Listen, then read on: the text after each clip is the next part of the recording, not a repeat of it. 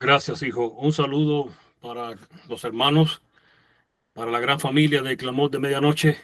Espero que la paz de Dios esté con ustedes. Vamos a orar una vez más para comenzar el estudio de esta noche. Así que les invito a que inclinen su rostro, cierren sus ojos y me acompañen en oración. Padre nuestro que estás en los cielos, una vez más pedimos que tu espíritu sea derramado en nuestro medio, para que podamos entender el mensaje que has traído para nosotros. Bendícenos y pon un carbón encendido en mis labios y un espíritu de entendimiento en aquellos oyentes. Te lo pedimos todo en el nombre de Jesús. Amén. Amén.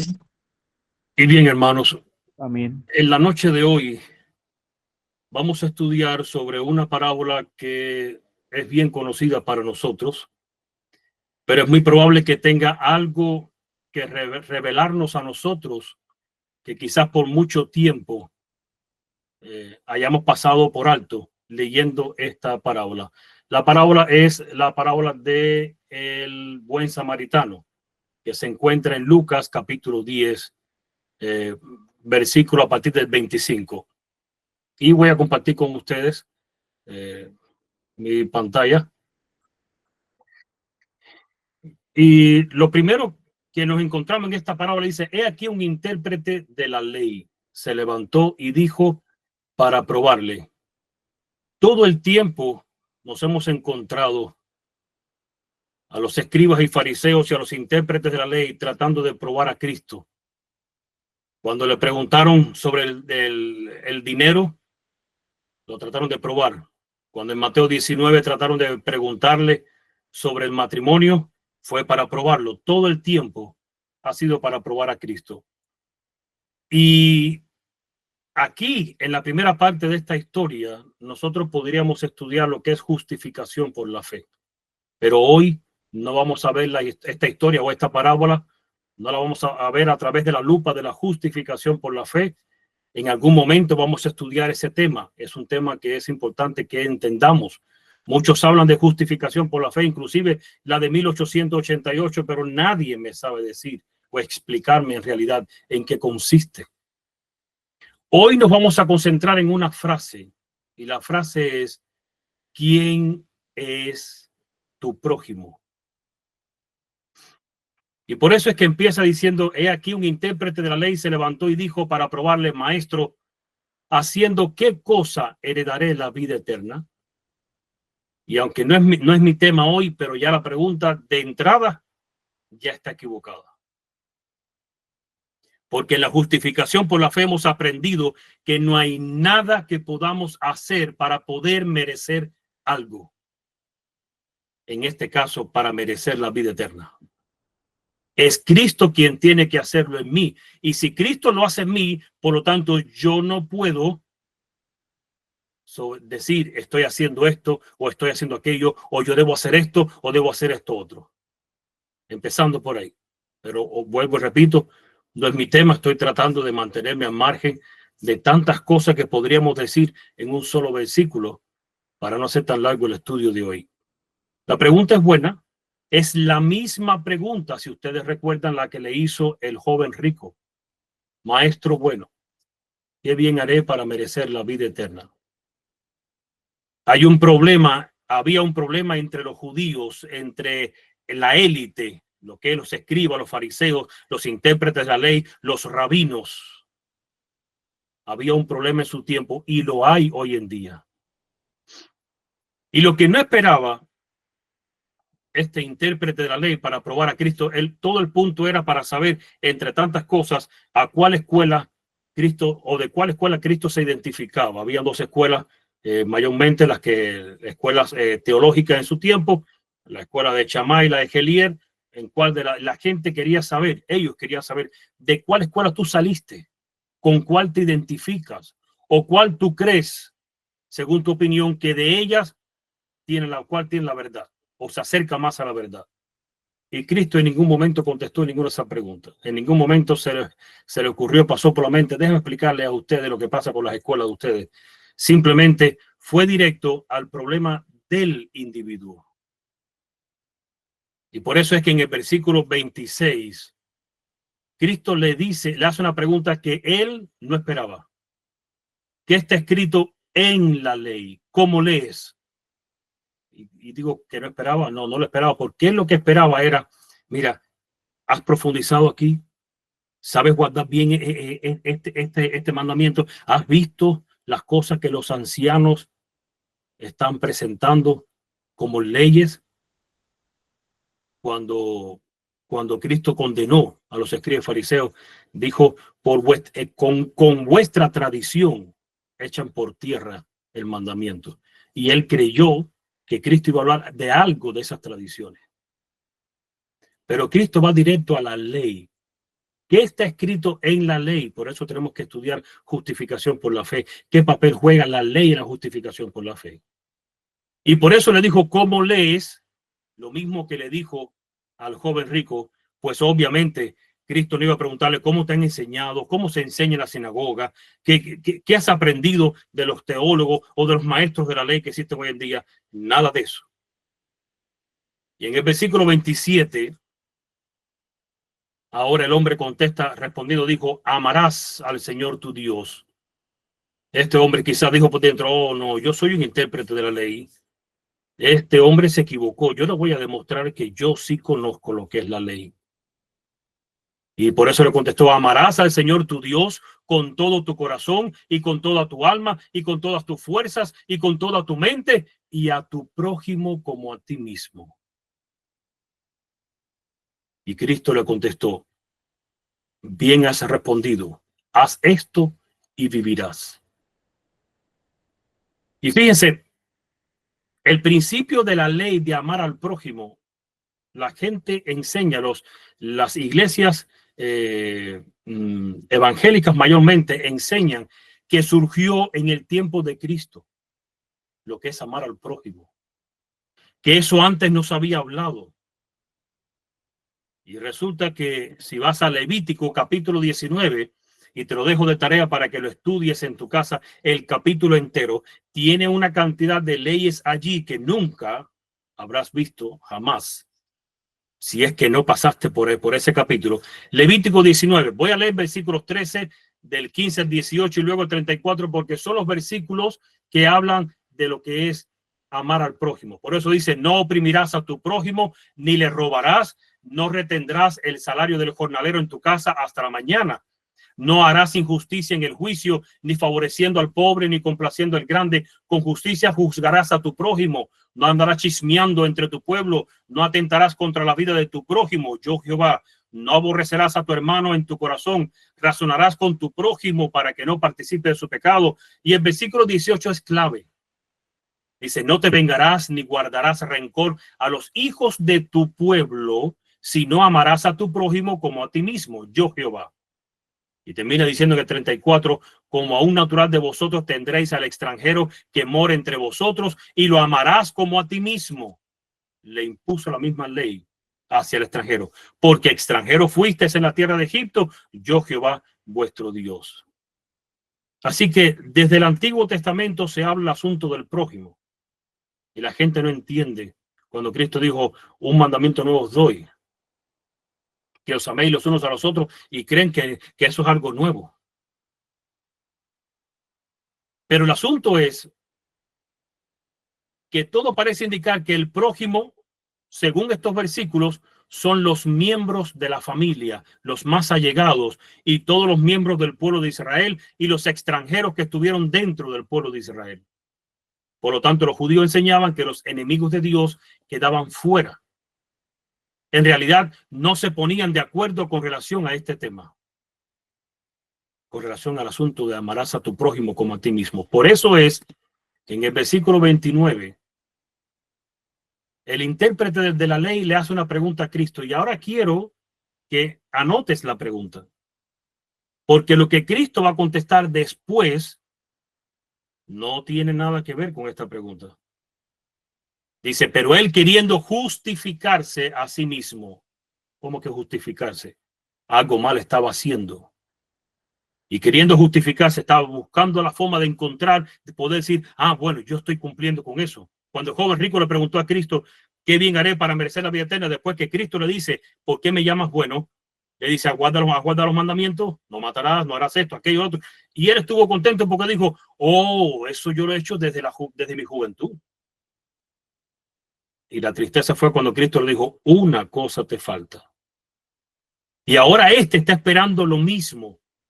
Que me diga algo este maestro o este supuesto maestro o este que se hace pasar por maestro de la ley, porque yo en mi sinagoga, con las reuniones que tengo, no nos ponemos de acuerdo en liderazgo en nosotros. Y por eso dice, él para justificarse dijo a Jesús, ¿y quién es mi prójimo? Pregunta equivocada. Y tú me dirás, ¿es pregunta equivocada? Yo te pregunto a ti, ¿debo preguntar quién es mi prójimo o debo preguntar de quién yo soy prójimo? ¿Y es lo mismo, Alejo? No es lo mismo. Porque ¿quién es mi prójimo? La responsabilidad es de quien sea mi prójimo, no es mía. Pero si me preguntas a mí de quién tú eres prójimo, ahora la responsabilidad es mía. Es muy distinto. Por eso quiero que presten bien atención. Él preguntó, ¿quién es mi prójimo? O sea, ¿quién es el responsable para conmigo? Lo que estaba preguntando él. Dice la sierva de Dios. El doctor de la ley sabía que con su propia respuesta se había condenado a sí mismo. Él sabía que no amaba a su prójimo como a sí mismo, pero deseando justificarse preguntó, ¿quién es mi prójimo? Y sigue diciendo, Cristo contestó a esta pregunta con el relato de un incidente cuyo recuerdo estaba fresco en las mentes de sus oyentes. Quiere decir que lo que Cristo va a relatar fue algo que pasó. La gente vieron, se enteraron. No fue algo inventado en ese momento. No fue que, aunque el sacerdote y el levita estaban presentes en ese grupo, que estaban allí junto con el intérprete de la ley, no solamente ellos conocieron el asunto, también los que estaban allí. Y ahora viene Lucas capítulo 10, versículo 30 y 31. Respondiendo Jesús dijo, un hombre descendía de Jerusalén a Jericó y cayó en manos de ladrones, los cuales le despojaron e hiriéndole se fueron dejándole medio muerto. Y aconteció que descendió un sacerdote por aquel camino y viéndole pasó de largo. Esta historia habría que estudiarla de otra forma porque dice la sierva de Dios que el hombre que viene a auxiliar a este, dice que este representa a las almas que están perdidas en el mundo. Y es Cristo quien viene personalmente a prestar auxilio. Es Cristo quien la lleva a la taberna. Dice que la taberna representa a la iglesia. Y es Cristo quien le dice a los que están en la taberna, aquí te doy para que lo atiendas y si gastares de más, yo te lo devolveré cuando venga. Hay una responsabilidad. Pero entonces, si es Cristo el que está atendiendo a este hombre o el que va a atenderlo porque no hemos llegado allí, entonces hay algo que representamos nosotros. Pero estamos en el camino, en el momento donde el que pasa es el sacerdote. Ojo, que la pregunta fue, ¿quién es mi prójimo? Así que pasa el sacerdote por allí y siguió de largo, dice la sierva de Dios. ¿A quién debía el sacerdote, el rabino, el anciano considerar como su prójimo? Ellos gastaban su vida en una serie de ceremonias para hacerse puros. Enseñaban que el contacto con la multitud ignorante y descuidada causaría impureza, que exigiría un arduo trabajo quitar. ¿Debían considerar a los impuros como sus prójimos? Y no quiero que en tu corazón te puedas reír o pensar, caballero, ¿será posible la forma de pensar de esta gente? Porque hoy en día tenemos cosas semejantes y peores y no nos damos cuenta. Dice la siguiente cita, y esto lo pongo para que entiendas por qué Cristo le va a responder después o le va a preguntar otra pregunta al intérprete. Dice ella, el dejar sin alivio el sufrimiento de nuestro prójimo es una infracción a la ley de Dios. Ups. Y sigue diciendo, Dios llevó al sacerdote por ese camino con el propósito de que con sus propios ojos pudiera ver un caso que necesitaba misericordia y ayuda. Pero el sacerdote, aunque desempeñaba un santo oficio cuya obra era impartir misericordia y hacer lo bueno, se hizo a un lado. Su carácter quedó expuesto en su verdadera naturaleza delante de los ángeles de Dios. Así que siguió de largo el sacerdote. Versículo 32 de Lucas 10. Asimismo, un levita, llegando cerca de aquel lugar y viéndole, pasó de largo. ¿Y qué pasó? ¿Quién era este levita? Dice ella. Entonces apareció un levita, curioso de saber lo que había ocurrido. Se detuvo y observó al hombre que sufría. Estaba convencido de lo que debía hacer, pero no era un deber agradable. Deseó no haber venido por ese camino, de manera que no hubiese visto al hombre herido. Se persuadió a sí mismo de que el caso no le concernía a él, y él también se pasó de lado. Esto fue lo que pasó con el levita. Y aún más se pone más triste la historia del levita. Dice ella, el levita era de la misma tribu que la herida, de la misma tribu que la herida y golpeada víctima. Todo el cielo miró cuando el levita pasaba por el camino. O sea, estamos hablando, era de su propia tribu, de la tribu a la que él pertenecía. Recuerden que los levitas, ellos fueron repartidos en las 11 tribus de Israel. En la tribu de Judá habían levitas. En la tribu de de Simeón habían levitas. Entonces, él era de la misma tribu que el hombre herido. Sigue diciendo, todo el cielo miró cuando el levita pasaba por el camino para ver si su corazón podía ser tocado por la humana aflicción. Cuando contempló al hombre quedó convencido de que lo debía hacer, pero como no era un deber agradable, deseó no haber pasado por ese camino y para no haber necesitado ver al hombre herido, y golpeado, desnudo y agonizante y necesitado de la ayuda de sus semejantes. Él siguió de largo, persuadiéndose a sí mismo de que eso no le incumbía y que no necesitaba preocuparse por el caso, pretendiendo ser un expositor de la ley, un ministro de las cosas sagradas. Sin embargo, se fue por el otro lado. Y se pone más interesante todavía la historia con relación ahora al sacerdote y al levita. ¿Qué más hay? Dice ella, el sacerdote y el levita habían ido a adorar al templo cuyo servicio fue indicado por Dios mismo.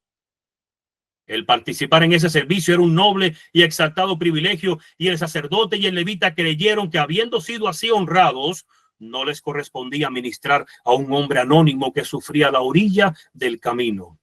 Así descuidaron la especial oportunidad que Dios les había ofrecido como agentes suyos de bendecir a sus semejantes. Y entonces, ¿qué pasó? Versículos 33 al 35 del capítulo 10 de Lucas. Pero un samaritano, ¿quién era el samaritano? ¿Un enemigo de quién? De los judíos. ¿Y quiénes eran los judíos? Enemigos de los samaritanos. Eso viene desde Esdras y Nehemías, cuando el último llamado de Artajerjes para que se fuera a reconstruir el templo y la ciudad de Jerusalén. Tienes que estudiar esa parte. Así que un samaritano, un enemigo del pueblo judío, que iba de camino, vino cerca de él y viéndole fue movido a misericordia.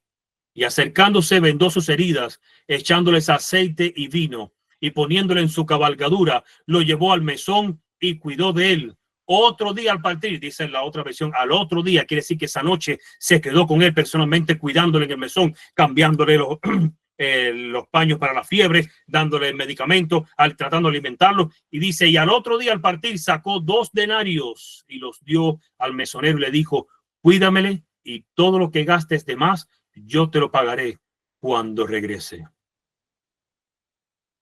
Y ahora viene la gran pregunta que quiero que compares con la primera. La primera, el intérprete le preguntó a Cristo ¿quién es mi prójimo? Pero ahora Cristo le hace la pregunta a él al revés. ¿Quién pues de estos tres te parece que fue el prójimo del que cayó en manos de los ladrones? Y esta es la parte donde a mí me chocó hace tiempo, me venía chocando esta parte de la historia, porque la pregunta para mí no debió ser así, pero la está haciendo Cristo, ahí no me voy a meter. Cristo le preguntó, ¿quién pues de estos tres te parece que fue el prójimo? Da a entender como que no todos fueron prójimos, pero perdón un momentico, ¿no se supone que prójimo es mi semejante? Por eso la pregunta me confunde un poco. Y me confunde porque no tenía el concepto correcto en mi mente de lo que Cristo espera de nosotros, de lo que dice el mandamiento cuando dice amarás a tu prójimo como a ti mismo. No conocemos el concepto que tenemos en la mente, el concepto correcto. Y por eso pregunta, ¿quién pues de estos tres parece que fue el prójimo del que cayó en manos de los ladrones? Quiere decir que hubo alguien que fue el prójimo y los otros dos no. No fueron prójimos de él. ¿No se supone que eran prójimos? Miren, la palabra prójimo en hebreo viene de la palabra rea. Está en el Strong hebreo 7453, por si quieres buscarlo. Y es la palabra íntimo, cercano, vecino, próximo. Y la palabra prójimo en el Strong griego 4139 es la palabra plesión y significa lo mismo. Lo que Cristo está preguntando es, ¿quién pues de estos tres te parece que fue el más próximo del que cayó en manos de los ladrones? ¿Quién fue el más cercano a él? Oh, ahora la cosa me cambia en mi mente. Y espero que en ti también. Dice la sierva de Dios, cualquier ser humano que necesita nuestra simpatía y nuestros buenos servicios es nuestro prójimo. Los dolientes e indigentes de todas clases son nuestros prójimos. Y cuando llegamos a conocer sus necesidades, es nuestro deber aliviarlas en cuanto sea posible, dice ella. Por eso es que no entendemos la pregunta que Cristo le hace. ¿Quién fue el prójimo del hombre? ¿No se supone que los tres eran prójimos del hombre? ¿No se supone que era el sacerdote, el levita y el samaritano, el prójimo de él? ¿Y no se supone que de ellos tres el prójimo era el herido? Sin embargo, el intérprete de la ley contesta algo que a mí no me hacía sentido. Versículo 37 dijo, él dijo, el que usó de misericordia con él. Ahora espérate. Bueno, y Cristo le dice, entonces le dijo, ve y haz tú lo mismo.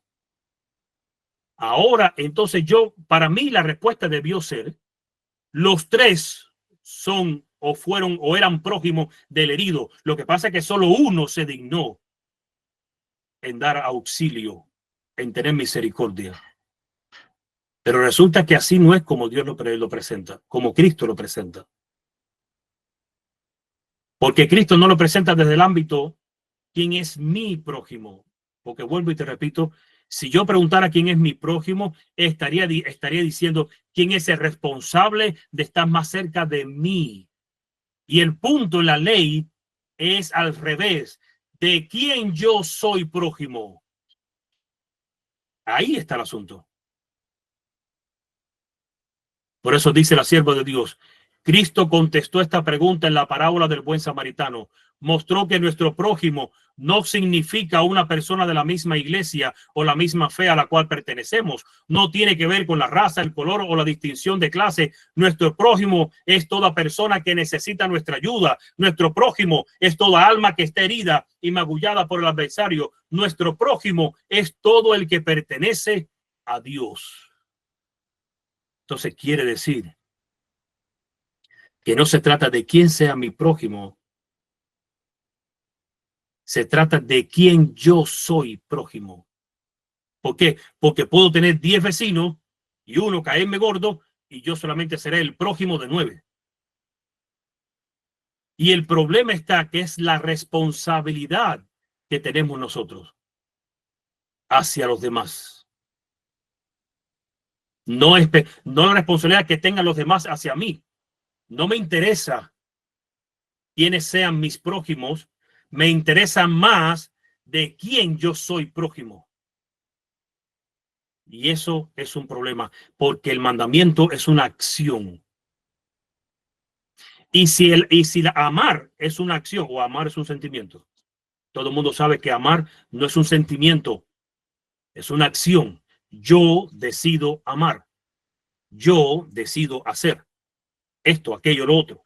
Entonces, ¿quién es mi prójimo? O sea, o de quién yo soy prójimo, de quién yo soy el más próximo, del que yo decido amar. Y se supone que yo deba decidir amar a mi semejante. Se supone que nosotros estamos para aliviar las penas y las necesidades de otros. Ojo, antes de seguir, te voy a decir algo. Mucho cuidado, por la maldad de los hombres, el amor de muchos se ha enfriado. Y he escuchado historias e historias. No somos llamados a resolverle el problema de la gente. Somos llamados a atender la necesidad de la persona. Cuidado. No quieras convertir tu casa en un orfanato cuando no lo es. No quieras convertir tu casa en un albergue de personas que están desamparadas cuando no lo es. No vayas más allá de lo que Dios no te ha permitido. Haz la parte que te corresponde. Porque después vas a encontrarte con personas que se aprovecharán de ti y harán cosas malas y malvadas. Y no puedes decir después, por causa de hacer la voluntad de Dios, es que me he buscado este problema. Pero vamos a continuar. Dice la sierva de Dios: la lección no se necesita menos hoy en el mundo que cuando salió de los labios de Jesús. El egoísmo y la fría formalidad casi han extinguido el fuego del amor y disipado las gracias que podrían hacer fragante el carácter. Y ahora ya va a decir algo. Muchos de los que profesan su nombre han perdido de vista el hecho de que los cristianos deben representar a Cristo. Y ahora se pone más interesante. Por eso la pregunta es, ¿de quién yo soy prójimo? La pregunta sería, ¿quién es el prójimo de mi vecino? La respuesta debe ser yo. ¿Quién es el prójimo de mi compañero de trabajo? La respuesta debe ser yo. Y sigue diciendo ella, a menos que practiquemos el sacrificio personal para bien de otros, en el círculo familiar, ojo con ese detalle, en el vecindario, en la iglesia y en donde quiera que podamos, cualquiera sea nuestra profesión, no somos cristianos. Y me gusta como ella dice, en el círculo familiar. Porque hay un dicho mundano que dice, luz para la calle y oscuridad para la casa. Somos muy buenos con el de afuera, pero con el de la casa no. Tenemos mucha paciencia con el de afuera, pero con el de la casa no. Demostramos más compasión, más atención con el de afuera que con el de la casa. Muchas veces. Entonces, ¿quién será el prójimo de mi esposa, de mi hijo? Porque el hecho de que sea mi esposa no significa que podría estar gozando de mi mayor atención. Yo sería un hipócrita si salgo afuera a condolerme por el que está allá afuera cuando no lo hago por el de mi casa, directamente con la persona que se acuesta conmigo, con mi esposa. Sería muy hipócrita si tuviera mucha dulzura con el de afuera cuando con mis hijos no lo tengo. Cero tolerancia. No les dejo pasar ni una. Se cae el burro y ahí mismo le doy los palos. En lo primero que cometa un error, ahí mismo se lleva la reprimenda. Cuidado de quién tú eres prójimo. Empieza por tu casa. Empieza por tu esposa, por tu esposo. Luego continúa por tus hijos. Luego por el resto de la familia. de tus parientes, hasta que llegues a tu vecino y llegues a tu compañero de trabajo, a tus hermanos de la iglesia y a todo el mundo. No tienes que ir tan lejos al África para resolver el problema de la humanidad. Empieza por tu casa. Empieza con tu vecino. Empieza con tu compañero de trabajo. Porque la pregunta sigue siendo, ¿quién es el prójimo de tu vecino? Por eso Cristo preguntó, ¿quién de estos tres fue el prójimo del herido? Aquel que usó misericordia. Sigue diciendo ella, perdón, ¿quién es mi prójimo? Nuestros prójimos no son solamente nuestros íntimos y amigos especiales, no son simplemente aquellos que pertenecen a nuestra iglesia o que piensan como nosotros. Nuestros prójimos son toda la familia humana. Debemos ser buenos con todos los hombres y especialmente con aquellos que son de la familia de la fe. Debemos dar al mundo una demostración de lo que significa cumplir la ley de Dios. Debemos amar a Dios por sobre todo y a nuestros prójimos como a nosotros mismos. Y anteriormente leímos que a los cristianos se les olvida que son representantes de Cristo aquí en la tierra. Es por eso que cuando Cristo dice el Salmo que Jehová es el guarda de Israel. Por eso fue cuando Cristo le preguntó a Caín, después de matar a su hermano, Caín, ¿dónde está tu prójimo? ¿Dónde está tu hermano? ¿Dónde está tu más próximo? Caín le contestó con una pregunta con la cual estaba renegando de su obligación. ¿Acaso yo soy guarda de mi hermano? Si somos representantes de Cristo en esta tierra y Cristo es el guarda de Israel, entonces sí soy guarda de mi hermano. Si Cristo me ha puesto a mí como el prójimo de mi hermano, sí soy guarda de mi hermano.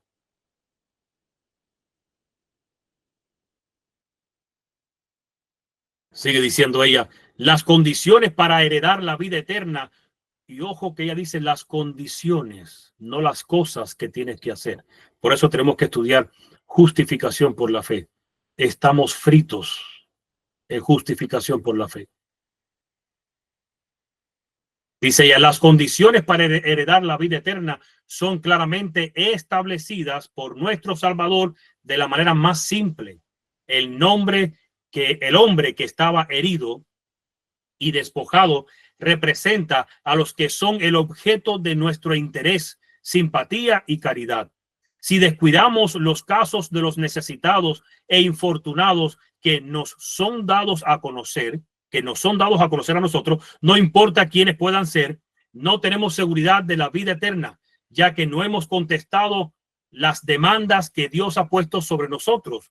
No nos compadecemos ni apiadamos de la humanidad porque ellos sean parientes o amigos nuestros. Seréis hallados transgresores del segundo gran mandamiento, del cual dependen los otros 6 últimos mandamientos del decálogo. Cualquiera que ofendiera en un punto es culpado de todos. Aquellos que no abren sus corazones a las necesidades y sufrimientos de la humanidad no abrirán sus corazones a las demandas de Dios que están establecidas en los primeros 4 preceptos del decálogo. Los ídolos reclaman el corazón y los afectos, y Dios no es honrado y no reina supremo. Por eso es que, ¿qué significa amar entonces a mi enemigo? Porque Cristo dijo, oíste que fue dicho, amarás a tu amigo y aborrecerás a tu enemigo, lo que enseñaban los fariseos. Mas yo os digo, amar a vuestro enemigo. ¿Y qué cosa será amar a mi enemigo entonces? Ahí está el caso de una madre que un muchacho le mató a su hijo y luego ella lo adoptó como su hijo. Al asesino de su hijo lo adoptó como su propio hijo. Hay gente que logra llegar hasta allí, pero exactamente eso no es lo que Dios pide. Pero quieres llegar hasta allí, no hay problema. Quieres pedirle a Dios tanto amor al punto de llegar a este punto de amar tanto a Él. Ok, ese está bien. Pero lo que importa es lo siguiente. Cuando tu enemigo esté en necesidad, Cuando tu enemigo esté en un problema tan grande que necesite de una mano que le aliente, que le sea extendida y que lo levante, en ese momento, sé tú el más próximo a tu enemigo, a tu enemigo. Sé tú el prójimo de tu enemigo. No le niegues la necesidad que él tiene. Con esta actitud, con ese testimonio, ganarás, podrías ganar a tu enemigo. Si no lo ganas, no es por ti.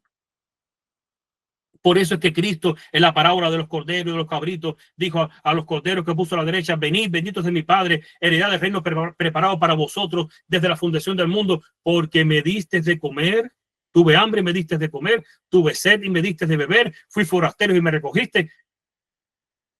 ¿Por qué?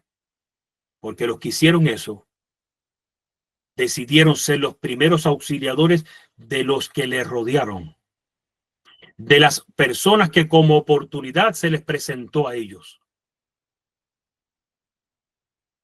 No debo mirar a quién es mi prójimo.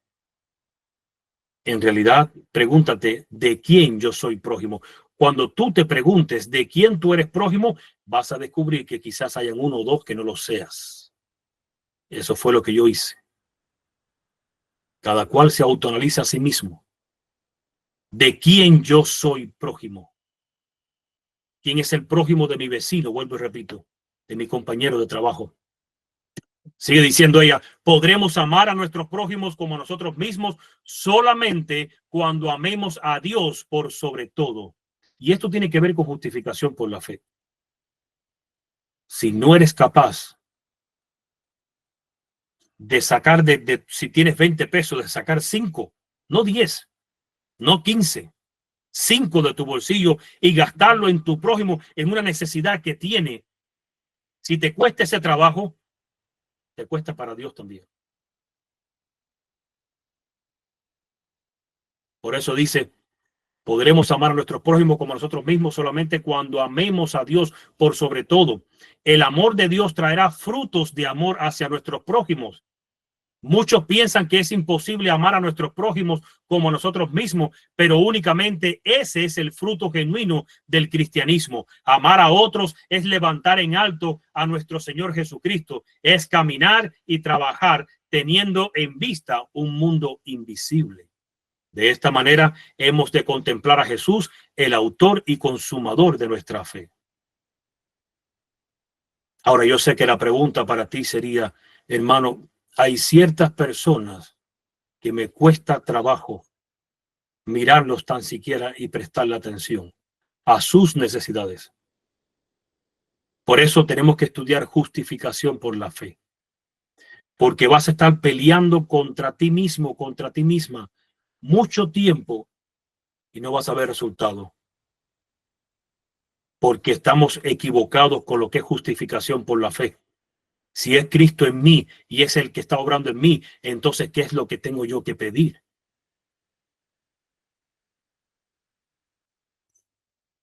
Así que, y por último, Cristo le hace a este hombre, le hace un llamado. Y me llama la atención porque este llamado que Cristo hace, solamente se hacen 2 llamados de este tipo en la Biblia. Y esto fue lo que me llamó la atención. Hay uno que es este: ve y haz tú lo mismo. Y está el otro que está en Mateo 28, 19, id y haced discípulos. Son 2 llamados que Cristo hace donde te manda a hacer algo. Ve y haz tú lo mismo. Pero resulta que no podrás hacer discípulos si primero no te aseguras de que tú seas su prójimo, seas su más próximo, su más íntimo, su más allegado, su más cercano. Y hoy en día, sin querer, hemos visto cómo nos hemos vuelto un poco dogmáticos. Le enseñamos a la gente sobre la ley, sobre las doctrinas, sobre profecías, pero en realidad no hemos llegado a ser prójimo de la persona. Me encontré una muchacha una vez que estaba en problemas y cuando le preguntamos cuál fue tu problema hace mucho tiempo, ella me dijo, yo fui testigo de Jehová. ¿Y qué pasó? Me aparté de la iglesia. Descubrí que no están obedeciendo la ley como es correctamente. Están en un error. ¿Y qué pasó? Me echaron de la iglesia. Inclusive mis padres tuvieron que botarme de mi casa. Y para colmo, ni me hablan porque no me pueden hablar ellos. Y me acuerdo que el otro joven que iba conmigo le preguntó, ¿y dónde está el amor a tu enemigo, a tu prójimo? Entonces a veces nos volvemos dogmáticos con nuestros hermanos porque le presentamos la verdad del Padre y del Hijo y la rechaza y hasta queremos sacudirnos los pies usando versículos de la Biblia para decir, se acabó, está perdido.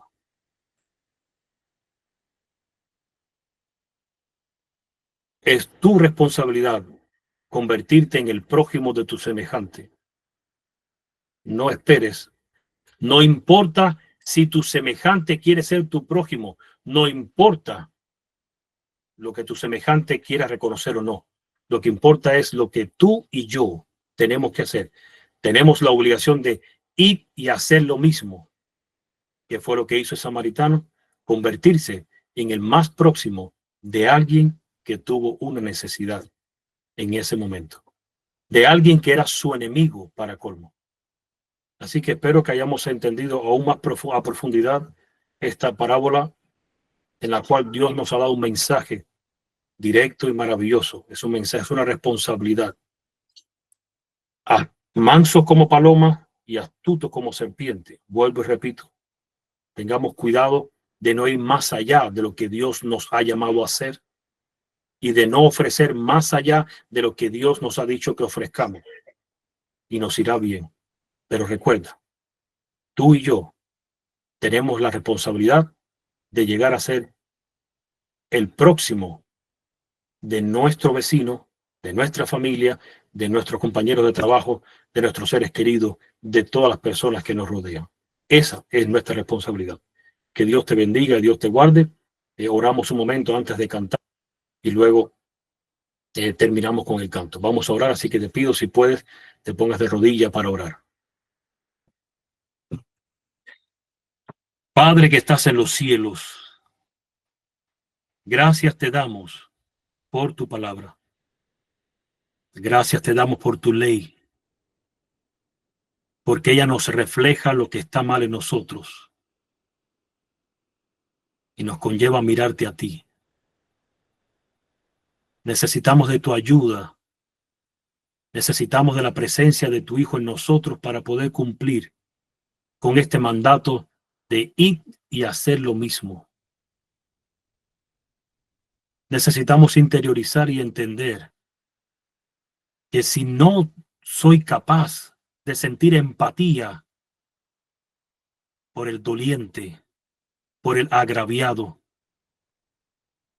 por el adolorido, si no sentimos empatía por esta persona, algo está muerto en nosotros. Así que ayúdanos para poder crecer, para poder mirar a las necesidades de nuestros semejantes y suplirlas según tu voluntad, para que podamos ser tus representantes en esta tierra, para que la gente cuando piense en Dios y nos vea a nosotros, vea lo mismo. Dios es un Dios de amor y de caridad y de misericordia, porque los que creen en Él y los que se autoproclaman cristianos son gente que ofrece misericordia y caridad. Por lo tanto, ayúdanos para ser tus representantes en este mundo. Que podamos interiorizar esto y más aún, que podamos vivirlo cada uno. Ponemos en tus manos nuevamente a los enfermos, todos los que han mencionado, que tú les sanes, que tú le alivies su malestar y que tú le ayudes para que podamos crecer cada día y atesorar en nuestro corazón tu palabra, porque ella es vida. Gracias te damos por todo, te lo agradecemos todo en el nombre de tu Hijo amado, Cristo Jesús. Amén y amén.